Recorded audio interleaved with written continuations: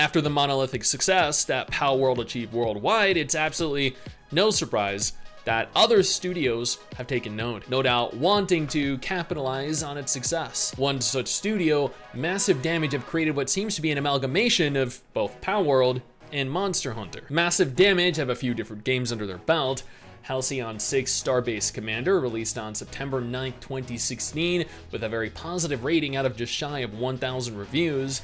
The Lightspeed edition of the same game launched August 10th, 2017, with a very positive rating from 542 reviews. Star Renegades, their newest game, released September 8th, 2020, which also garnered a very positive rating out of 2,241 reviews.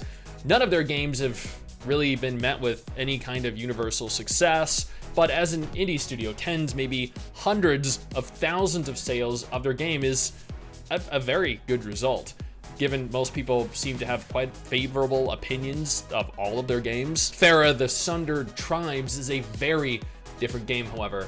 The other games were all fairly instanced and self-contained. Fera is not. Fera is confirmed to be a full, seamless, open world game, meaning that there are no loading screens whatsoever. Everything is loaded out in the world, and for an indie studio, this is going to be quite the grandiose undertaking. Before we delve into everything we currently know about the game, I do want to note that current platforms include PC via Steam, PS5, and the Xbox Series.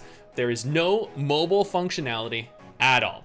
It is also releasing into early access in the third quarter of 2024. Additionally, I'd like to take a moment here to thank my incredible patrons over on Patreon who allow for me to continue to do dedicated videos like this every single day.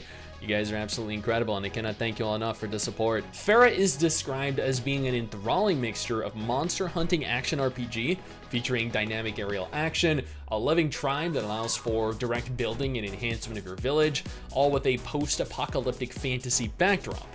This all sounds pretty sick to me, and no, this is actually not a single player game. Well, yes, the game can be played single player, definitely, but it also allows for you to play with other people, incorporating full multiplayer functionality. Let's jump into the trailer that accompanied Fera's announcement, then we'll go ahead and talk more about what the game is.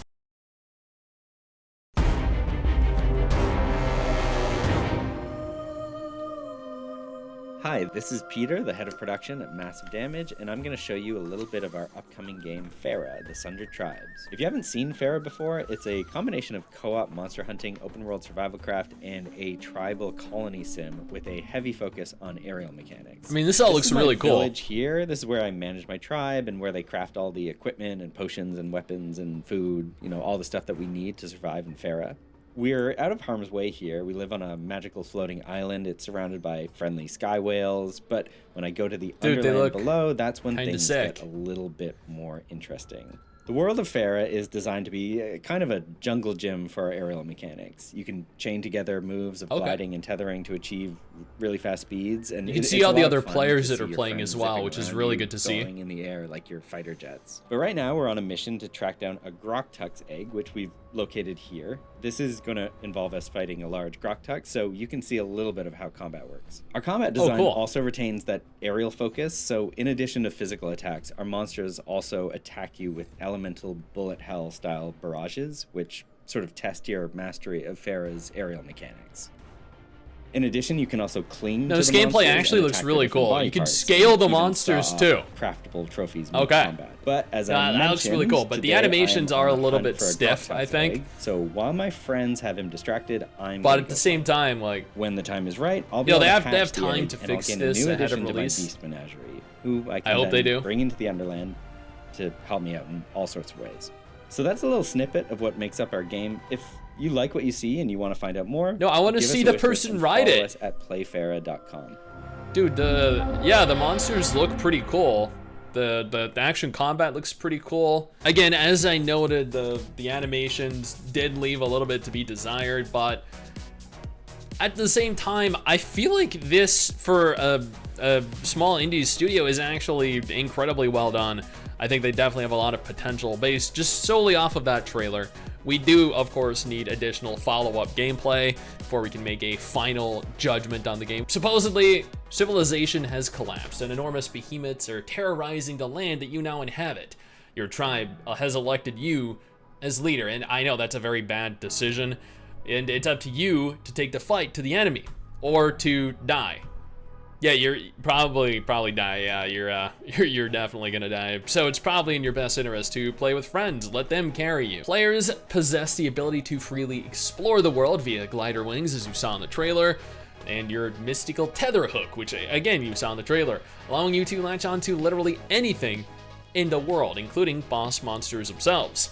You can grapple onto them, you can scale them, you can scale the environment. Studios really do love this new mechanic. Apparently, you can perform critical attacks depending on the height that you drop from, the angle that you attack them from, where you hit them specifically, including the addition of being capable of severing their limbs. This is likely tied to the critical hits. You get to lead your own tribe. You're what is described as a beacon of hope, but what they likely mean here is the only one that is stupid enough to run at giant behemoths with a small stick. You can gather tribes people from out in the world, you can save them from monsters, you can build up your village, and according to the official description of the game, come together into a unit that reacts and grows with you. I can see their reaction already. Damn, STIX, you got KO'd again? Yeah.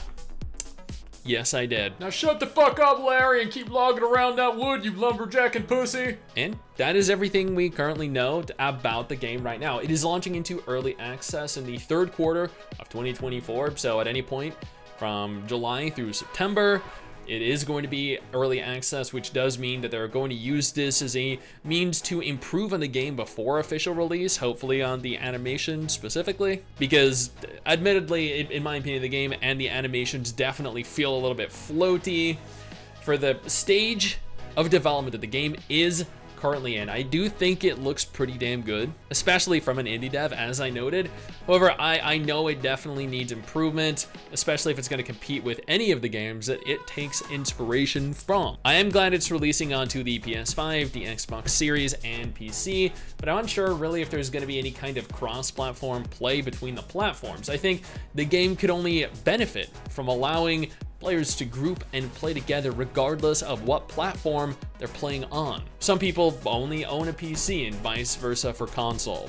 So limiting players from playing with their friends would definitely inhibit the game's potential success. I do think Fera has the potential for success, and honestly, I cannot wait to see the full version of the game and what it's ultimately like. These types of games are slowly replacing MMOs. With most MMO players either playing Final Fantasy XIV, World of Warcraft, or migrating on over to smaller scale multiplayer games like this. Is that a bad thing? No, not necessarily. It is just the evolution of the genre. It's either this or gacha games. Take your pick. Now, if Fera isn't something that is of any interest to you, absolutely no problem. I got you covered with 2 videos on screen right now that might be more up your alley.